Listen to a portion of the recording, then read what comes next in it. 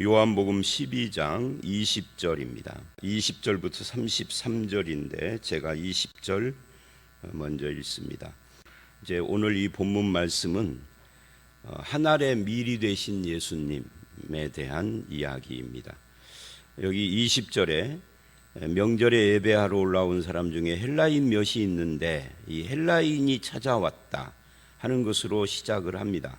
근데 이 헬라인이 찾아왔다 하는 말을 들은 예수님께서 이제 21절 갈릴리 베세다 사람 빌립에게 가서 청하여 이르되 예수를 뵙고자 한다라고 하니까 그 빌립이 이제 안드레에게 말하고 안드레와 빌립이 함께 예수님께 말을 하고 그리고 23절 예수님이 대답하고 이런 이제 과정을 지금 보여줍니다.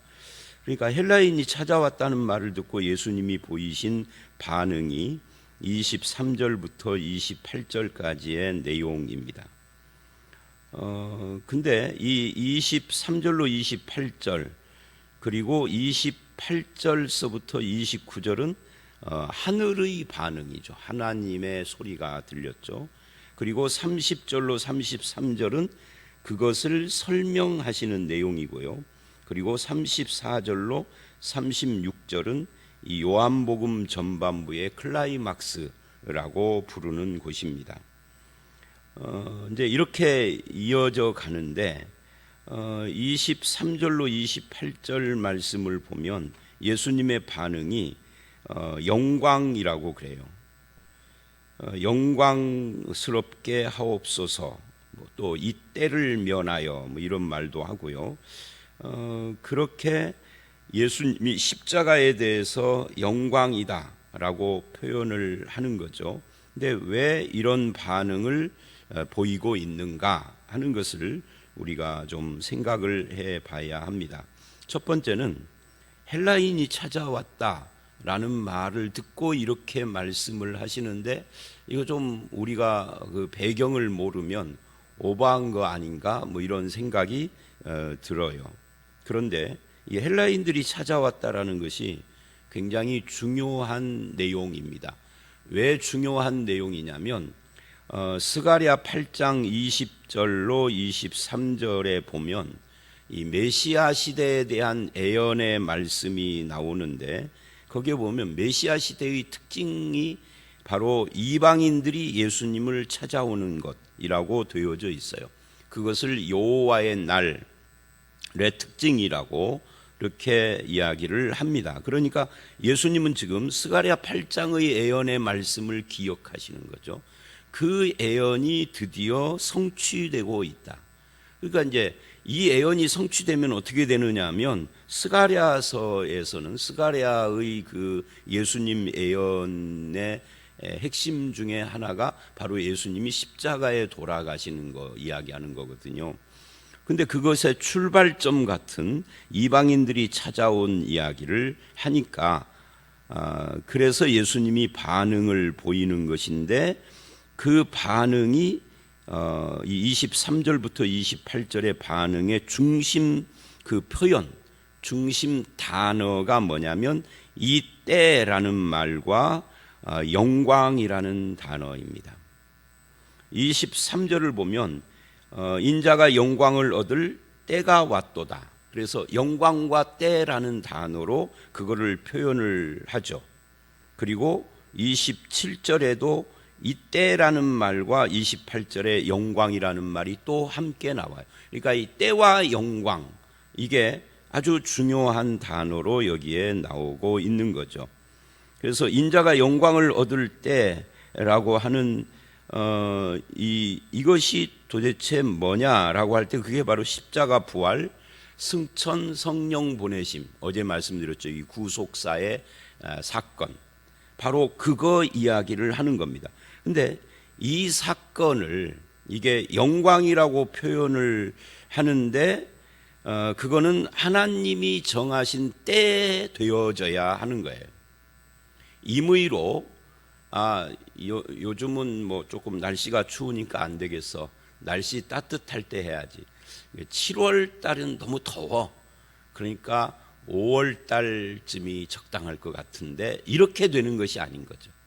하나님이 정하신 때는 하나님이 이때 상황을 봐가지고 정하는 것이 아니라 수천 년 전부터 이미 정해져 있는 거죠. 아니, 바울의 표현으로 말하면 창세 전부터 정해진 거죠. 하나님의 때와 뜻과 방법이. 그러니까 바로 그 하나님의 때, 그때 영광을 받는데 그 영광이 십자가로 시작을 하는 거예요. 십자가부터. 그래서 예수님은 바로 이 십자가로 시작되는 영광과 그 때를 24절에 설명을 하는 겁니다. 그러니까 24절은 23절의 그 영광이 뭐냐 하는 것을 설명하는데 그게 한 알의 밀이에요. 한 알의 밀이 땅에 떨어져서 이거는 이제 자연의 이야기죠. 농사 짓는 법이잖아요. 한 알의 밀씨를 땅에 떨어뜨려서 이제 여기 떨어졌다 그러니 심는 거죠. 하면은 땅 속에서 이 씨가 썩어, 이 씨 껍질은 썩은데 그 속에서 생명이 올라와서 이게 결국은 꽃이 피고 자라서 열매를 맺고 이렇게 되어지는 걸 말을 하면서 땅에 떨어져 이 밀씨가 죽지 않으면 한 알 그대로 땅 속에서 썩어버리는 거고, 근데 이 씨가 죽어서 새싹을 틔우면 많은 열매를 맺는 것처럼 이게 이제 예수님이 이 땅에 오신 목적에 대한 이야기를 하는 거죠. 그래서 이 24절이 굉장히 중요한 것은 이게 기독교의 예수님의 십자가를 설명할 뿐만 아니라 십자가 부활을 설명하는 거죠. 뿐만 아니라 기독교 정신을 설명하는 거예요. 그러니까 기독교 정신은요, 세상을 기독교라고 하는 종교의 세력을 넓혀서 정복하는 종교가 아니고 하나의 밀이 되는 것이 기독교 정신입니다. 밀알 정신이라고 그러죠. 그래서 여러분 아마 아실 거예요. 우리나라 기독교 단체 중에 밀알복지재단이라는 단체가 있어요. 밀알복지, 이게 이제 그 홍정일 목사님이 아마 거기에 뭐 이렇게 설립자인지 하여튼 거기에 관여를 하시는데, 내가 아는 목사님도 이 봉동에서 목회를 하다가 목회를 그만두고 그 복지재단에 들어갔어요. 이제 본인 자신이 장애를 갖고 있는데 그래서 지금까지 그 복지재단에서 섬기는 일을 하는데, 이제 그 밀알복지라고 표현을 해서 이제 어떤 장애인을 섬긴다든지 뭐 이런 일을 합니다만은, 이 본문이 말하는 것은 장애인을 섬기는 이걸 말하는 게 아니라 그걸 포함해서 기독교 정신 전체가 하나의 밀정신이라는 거죠. 왜? 예수님이 그렇게 하셨어요. 그리고 예수 믿는 우리는 예수님을 배우고 따르고 가는 그런 제자들이니까, 그래서 밀알정신으로 사는 것이 기독교인이다. 그걸 지금 이야기를 하고 있는 겁니다. 그러니까 한 알의 밀처럼 예수님이 십자가에서 밀알정신처럼 그렇게 한 분이 죽어서 많은 사람을 구원한다는 구원의 열매를 맺는 것 지금 이야기하는 겁니다. 결국은 예수님은 구원을 기뻐하시는 분이죠. 사람의 구원을 최상의 가치로 놓고 역사하신 그런 분입니다. 예수를 따르는 우리도 사람의 생명을 구원하는 것을 최고의 가치로 여겨야 해요. 기독교가 세상의 헤게모니를 잡고 세상에 영향력을 끼치는 그런 힘 있는 종교 단체가 되는 것이 우리의 목적이 아닌 거죠. 그런데 이게 미미한 차이점을 보이는데 그게 엄청나고 본질적 차이예요. 근데 이게 미미한 차이이기 때문에 구분이 안 되는 거죠. 기독교적 용어와 성경 구절을 들이대며 세상을 주름잡고 주도하는 어떤 종교 단체로 성장하는 것이 하나님의 뜻인 것처럼 말하는 그런 미혹자들이 넘쳐나요, 한국교회에. 뭐 한국만 그러는 것은 아니겠지만, 근데 그거는 기독교 정신이 아닙니다. 한 알의 밀, 그래서 많은 열매를 맺는 것이 다수 종교가 되는 걸 말하는 것이 아니라 구원을 말하는 겁니다. 많은 사람들이, 한 분이 죽어서 많은 사람들이 구원받는 거죠. 그런 의미에서 저와 여러분의 기독교인으로서의 삶을 평가해 봐야 합니다. 목회자로서 저의 삶은 사람들의 생명의 구원과 그 구원받은 사람들이 열매 맺고 자라는 것에 관심을 가지고 있는가, 초점이 거기에 있는가, 아닌가. 여러분의 신앙생활의 초점은 어디에 있는가. 특히 요즘 같은 정치의 계절에 여러분들은 혹시 카톡교의 그 떠도는 문자들의 미혹받아서 이런 미랄정신이나 십자가정신이 아닌 다른 곳에 휩쓸리지는 않는가도 봐야 합니다. 이 미랄정신이에요. 예를 들면 사도행전 7장을 보면 스데반이 순교해서 죽습니다. 잘 아시는 내용이죠. 근데 스데반이 순교해서 죽어서 이제 어떤 일이 일어나느냐면 그걸 기점으로 해서 대대적인 예루살렘의 핍박이 일어납니다. 기독교인들이 그것에 총을 들고 칼을 들고 대항해서 군사를 일으키고, 요즘으로 말하면 반군을 조직해서 어떤 전쟁을 한 것이 아니라 흩어져요. 근데 흩어져서 예루살렘의 기독교인들이 사도들을 중심으로 한 소수만 남고 다 흩어졌는데 이것이 기독교 복음의 확산이 됩니다. 그래서 가는 곳마다 교회가 세워지는데 그게 하나님의 뜻이었죠. 왜? 하나님은 사도행전 1장 8절에 예루살렘에서 유대, 유대에서 그 다음에 뭐예요? 예루살렘과 유대와 땅끝까지, 사마리아 땅끝까지 이르러 그러잖아요. 그래서 거기서 흩어진 사람 중에 하나인 빌립이 사마리아로 가서 사마리아를 복음화하고, 또 다른 사람들은 헬라로 가고, 결국은 바울의 땅끝 선교의 비전이 생기고, 오늘날 저와 여러분이 예수를 믿게 된 것이 스데반의 핍박으로 흩어진 기독교의 영향이라고 할 수 있어요. 근데 이 핍박이 안 일어나면 그냥 예루살렘에서 우리들끼리 좋으려고 그랬거든요. 왜? 예루살렘 공동체가 사도행전 2장을 보면 너무 아름다운 공동체, 니것 내 것 없이 서로 유무상통하고, 그야말로 2000년 전 공산주의야. 공산주의는 강제로, 군사력으로, 정치적으로 강제로 만든 그런 거라면, 여기는 자발적으로 하나님의 은혜로, 이게 차이가 있는 거예요. 이게 너무 좋은 거죠. 천국 같고. 그런 삶을 살면서 3,000명이 5,000명 되고 교회가 부흥하고 얼마나 좋아요. 그런데 스데반이 죽으면서 핍박이 일어나요. 이게 싹 흩어졌는데 그게 나중에 보니까 곳곳에서 교회를 세우고 복음이 확산되는 거예요. 그러니까 하나의 밀인 거죠, 스데반이. 예수님처럼 우리가 이 세상에서 잘 먹고 잘 살고 우리 교회가 한없이 부흥을 해서 여기가 좋사오니 이렇게 되어지는 것이 하나님의 뜻만은 아닌 거죠. 곳곳에서요. 그래서 우리도 핍박이 일어나야 된다 이 말이 아니라 스데반의 경우에는 그랬고, 우리가 살아가는 정신이 하나의 미랄 정신이어야 한다 그 말입니다. 어떻게 미랄이 되는 거죠? 여러분과 제가 사는 곳은 서부중앙교회죠. 왜? 저의 직업이 이 교회 목사니까. 그럼 여러분은 이 교회 교인이기도 하지만 주일 이외에 월요일부터 토요일은 각자 가정과 그리고 뭐가 있어요? 직업이 있잖아요. 그 현장이 미랄로 살아야 할 현장입니다. 근데 기독교인들이 미랄로 살려고 안 쳐. 뺀질뺀질하고 직장에서도. 그러니까 미랄이 없어요. 미랄이라는 말은 아는데 미랄이 삶이 없는 거예요. 미랄이라는 용어를 쓰라는 이야기가 아니에요. 삶을 말하는 겁니다. 그러니까 이 본문이 바로 그런 이야기예요. 예수님은 누구냐? 하나의 미랄로 지금 죽으실 것이다. 십자가를 질 것이다. 이 설교를 하고 이 말씀을 하고 13장서부터는 이제 십자가로 직행해 가잖아요. 그러니까 이것을 인자가 영광받는 것이다라고 표현을 합니다. 십자가에 죽는 것을. 왜냐하면 많은 열매를 맺을 것이니까.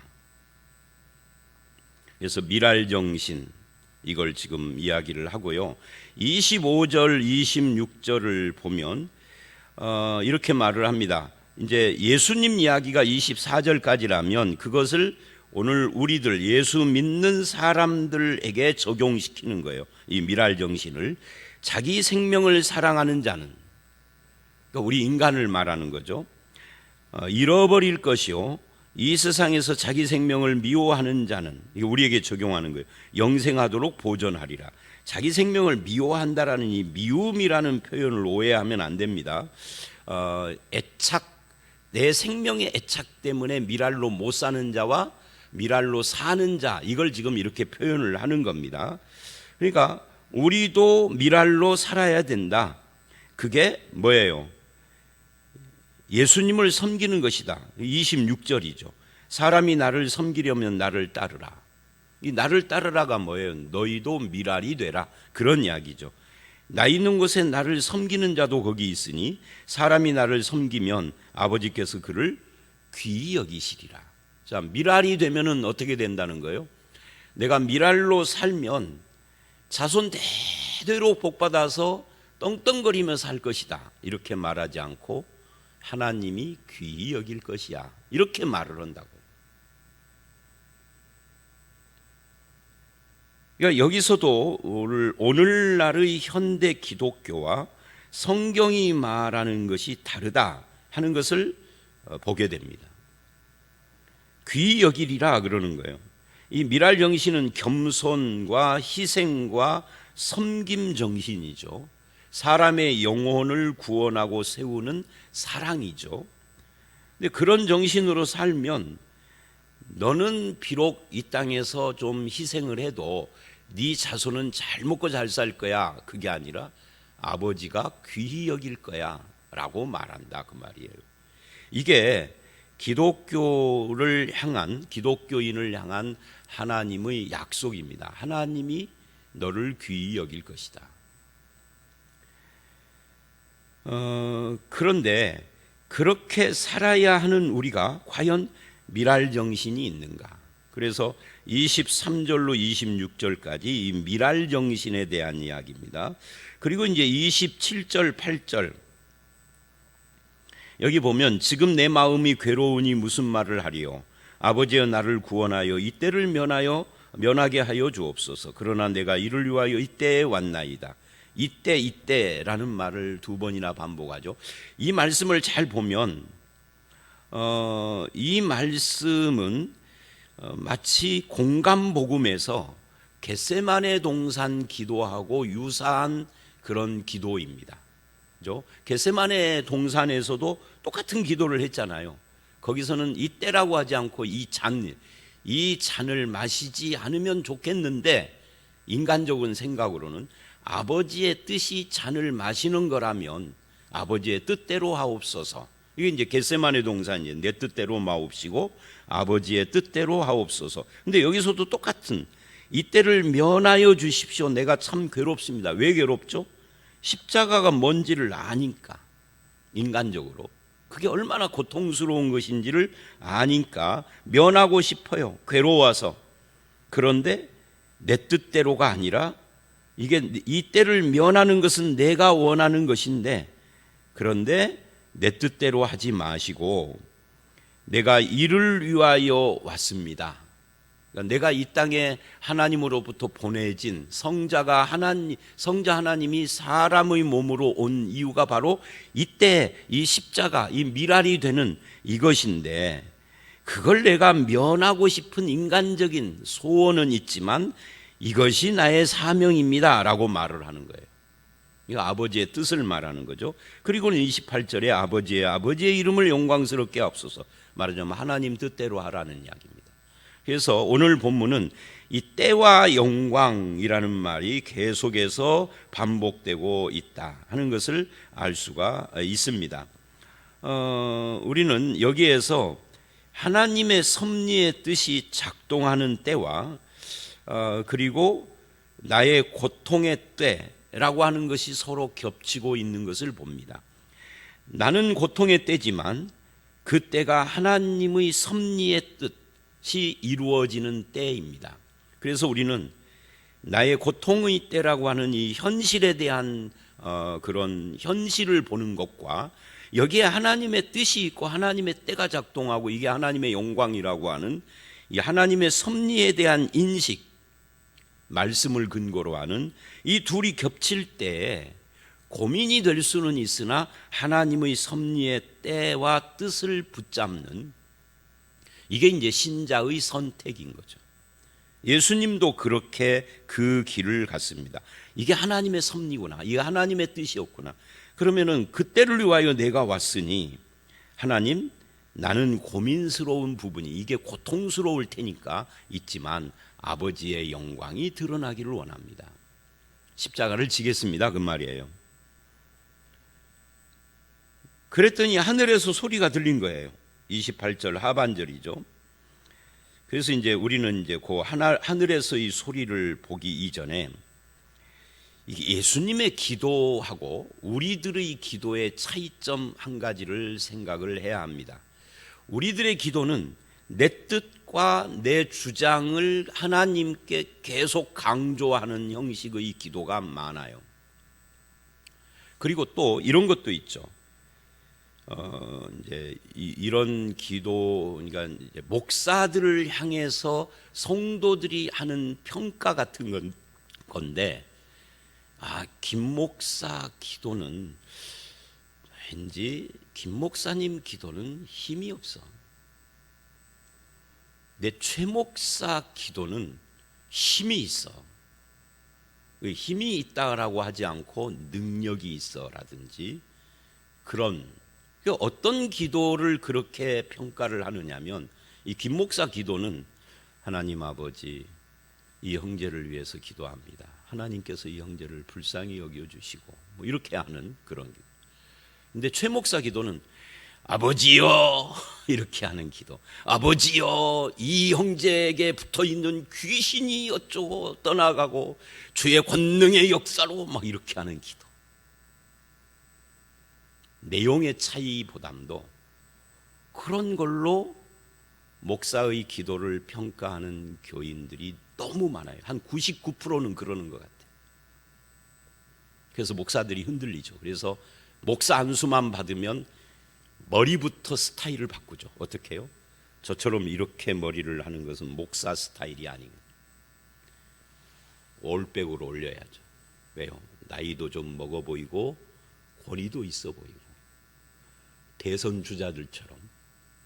안철수도 언젠가 보니까 머리 스타일이 옛날하고 달라지기 시작을 했잖아요. 그 아래 한글 CEO 할 때 오고 스타일이 달라졌어요. 대선에 들락거리면서. 뭐 그 친구만 그러는 것이 아니라 뭐 다 그렇습니다만은.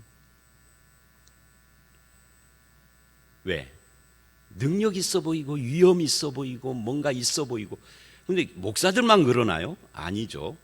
성도들도 한국 교회, 뭐 미국 교회를 내가 모르고 뭐 일본 교회를 모르니까 한국 교회만 아니까, 한국 교회 성도들은 어떤 기도를 능력 있는 기도, 잘하는 기도라고 하느냐면 자신감이 뿜뿜 막 자신감이 넘치는 내용과 목소리로 하는 기도. 주여가 아니라 주여 이러는 기도. 해주시기를 바랍니다가 아니라 해주시기를 믿습니다 하는 그런 기도. 근데 예수님의 기도는 그런 기도가 아니에요. 그죠? 예수님이 가르쳐 주신 기도도 그런 기도가 아니에요. 주기도문. 그래서 우리는 이 기도도 다르다, 예수님하고. 내용도 다르고 스타일도 다르다 하는 것을 보게 됩니다. 확신에 찬 기도, 자신감이 넘치는 기도이기보다 예수님은 고뇌에 찬 기도였어요. 내가 고민입니다. 마태복음에 나오는 겟세마네, 여기 요한복음의 이 기도도 비슷하고 마음이 괴롭습니다. 마태복음은 내가 고민이 됩니다.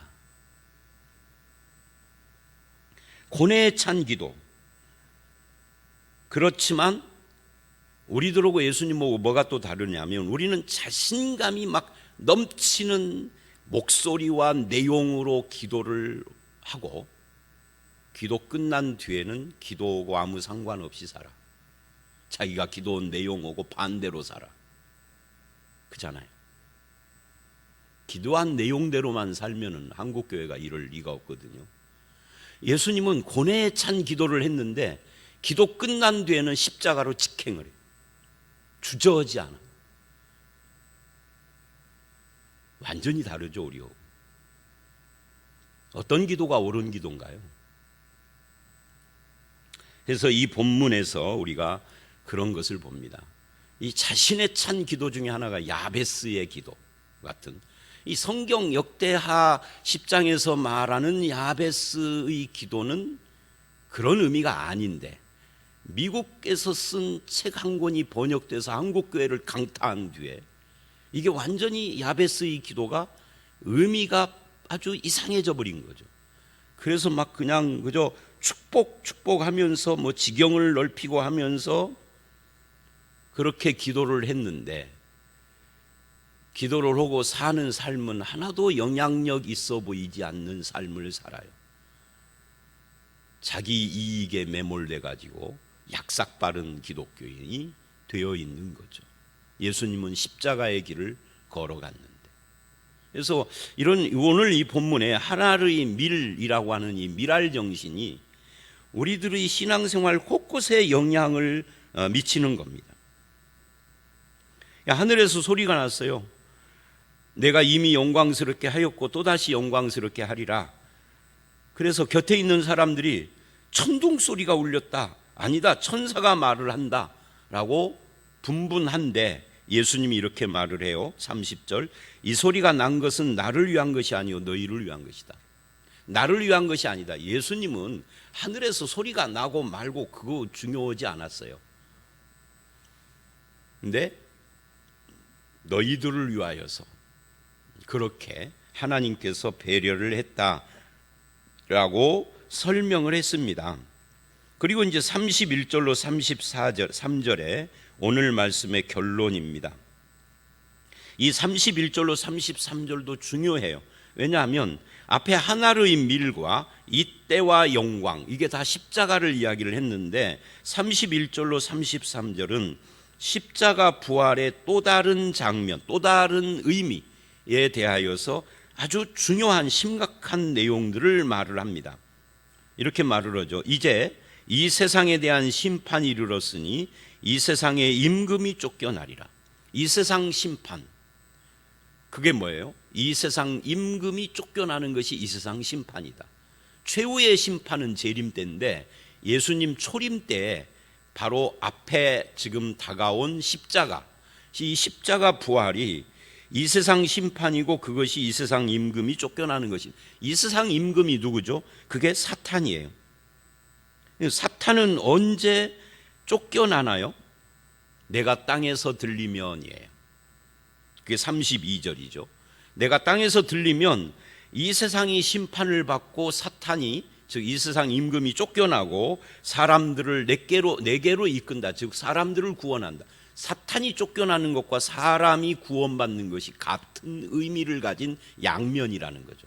그것이 십자가 부활에서 일어난다. 그러면 예수님이 땅에서 들린다는 말은 뭔가? 이게 학자들이 이거에 대해서 크게 두 가지 의견을 가지고 있어요. 뭐 그 외에 사소한 의견들은 빼놓고 큰 의견이, 하나는 십자가에서 예수님의 발이 땅에서 들리는 걸 말하는 거다. 아니다, 예수님이 부활하는 걸 말하는 거다. 그러면 우리처럼 학자가 아닌 사람들은 십자가에서 들린 것이나 부활로 들린 것이나 우리의 입장에서는 크게 다를 건 없다. 십자가 부활은 하나로 묶어진 거거든요. 십자가 따로 부활 따로 있는 개념이 아니거든요. 십자가 없는 부활은 의미가 없고, 부활 없는 십자가는 그냥 사형수의 죽음일 뿐이에요. 그래서 어제도 오늘 이 서론에서도 말했죠. 십자가 부활 승천 성령 오심, 이게 하나의 묶음으로 구속사의 핵심 클라이막스라고요. 그걸로 우리가 구원받은 거예요. 그래서 결국은 예수님이 십자가를 지시고 부활하시면 사탄은 패배했고 우리는 구원받는다. 이게 미랄이다. 이게 이때의 영광이 바로 이걸 말하는 거다. 그러면 2000년 전에 사탄은 이미 쫓겨난 자요, 패배한 자요, 결박된 자예요. 요한복음은 쫓겨났다라고 말을 하지만 마태복음 12장 29절은 사탄을 결박했다 말을 해요. 누가복음 11장 22절에도 사탄이 묶였다, 결박됐다라고 말을 합니다. 언제요? 초림 때, 재림 때가 아닙니다. 초림 때. 누가복음 11장은 무장을, 사탄의 무장이 빼앗겼다, 그렇게 말을 하고요. 또 히브리서 2장 14, 15절을 보면 우리가 귀신이나 사탄을 무서워하여 종노릇을 했는데 예수님의 십자가 권세로 그 종노릇 하던 우리를 해방시키시고 사탄의 일을 멸하셨어요. 요한일서 3장에서도 3장 8절에 사탄의 일을 멸하시는, 그 사탄의 일이 뭐냐? 죄를 짓게 하는 거죠. 계시록 20장에서도 이 계시록 20장 2절 3절을 보면 사탄을 결박하여 무저갱에 쳐넣었다라고 그래요. 던져 넣었다 그러죠. 이것이 전부 다 예수님의 십자가 부활과 관계되는 성경의 표현으로 같은 이야기들입니다. 같은 이야기를 표현만 조금씩 다르게 말을, 결국 결론이 뭐예요? 십자가에서 사탄은 묶이고 패배하고 쫓겨난 자다. 그래서 예수를 믿는 우리는 이제 사탄의 지배를 안 받는 사람들입니다. 또다시 사탄을 쫓고 귀신을 쫓는 행위를 할 필요가 없이 예수 그리스도 안에 있으면 승리한 자입니다. 귀신에 대해서, 사탄에 대해서 우리 입으로 물러가라 뭐 이딴 말 안 해도 상관없습니다. 예수 안에 있는 것이 승리인 겁니다. 자, 그래서 이렇게 말씀하신 이유는 자기가 어떤 죽음으로 죽을 것을 보임이라 하고 오늘 본문이 끝났어요. 결국 이 사탄이 쫓겨나는 이것은 예수님이 십자가에 죽는 것과 연관이 있다라는 이야기인 거죠. 2000년 전에 끝난 이야기예요. 그래서 우리는 예수를 믿는 자, 하나님의 자녀들입니다. 사탄을 쫓고 귀신을 쫓는 사씨들도 아니고 귀씨들도 아닙니다. 우리는 예씨, 하씨의 자손들인 거죠. 그 자녀, 하나님의 자녀예요. 무슨 일만 있으면 귀신이 역사했다고, 사탄이 역사했다고 말하지 말고 예수 그리스도와 나와 함께 하셨다, 하나님이 붙들어 주시고 인도해 주시고 하나님이 나의 목자시고 나와 함께 하신다, 이렇게 말하는 성도가 되시기를 바랍니다. 하나님의 밀, 십자가와 관계되는데 그게 사탄으로부터의 승리까지를 다 포함한다. 우리도 밀할 정신으로 살아야 한다라는 것이 오늘 본문의 말씀입니다. 그렇게 살아가고 그렇게 예수를 믿는 저와 여러분들 되시기를 주의 이름으로 축원합니다. 함께 기도하겠습니다. 하나님, 인자가 영광을 얻을 때 그건 하늘의 밀알로 십자가를 지는 것이고 많은 열매를 맺는 것인데 그게 바로 그 열매가 우리들이라는 것이 놀랍습니다. 주님, 우리도 밀알 정신을 가지고 세상을 살게 하여 주시옵소서. 예수님의 기도처럼 하나님의 섭리와 그 뜻을 늘 생각하게 하시고 예수님의 십자가 부활이 사탄을 쫓아내고 결박하며 그 무장을 빼앗고 사탄을 쫓아낸 것처럼 그 승리가 오늘 믿는 우리들의 것임을 또한 감사를 드립니다. 이제는 사탄과 귀신을 무서워하는 자가 아니라 예수 그리스도와 함께하고 하나님 아버지를 붙잡는 그런 믿음의 사람으로 우리 남은 인생 살아가게 하여 주시옵소서. 예수님 이름으로 기도드려 싸움나이다. 아멘. 하늘의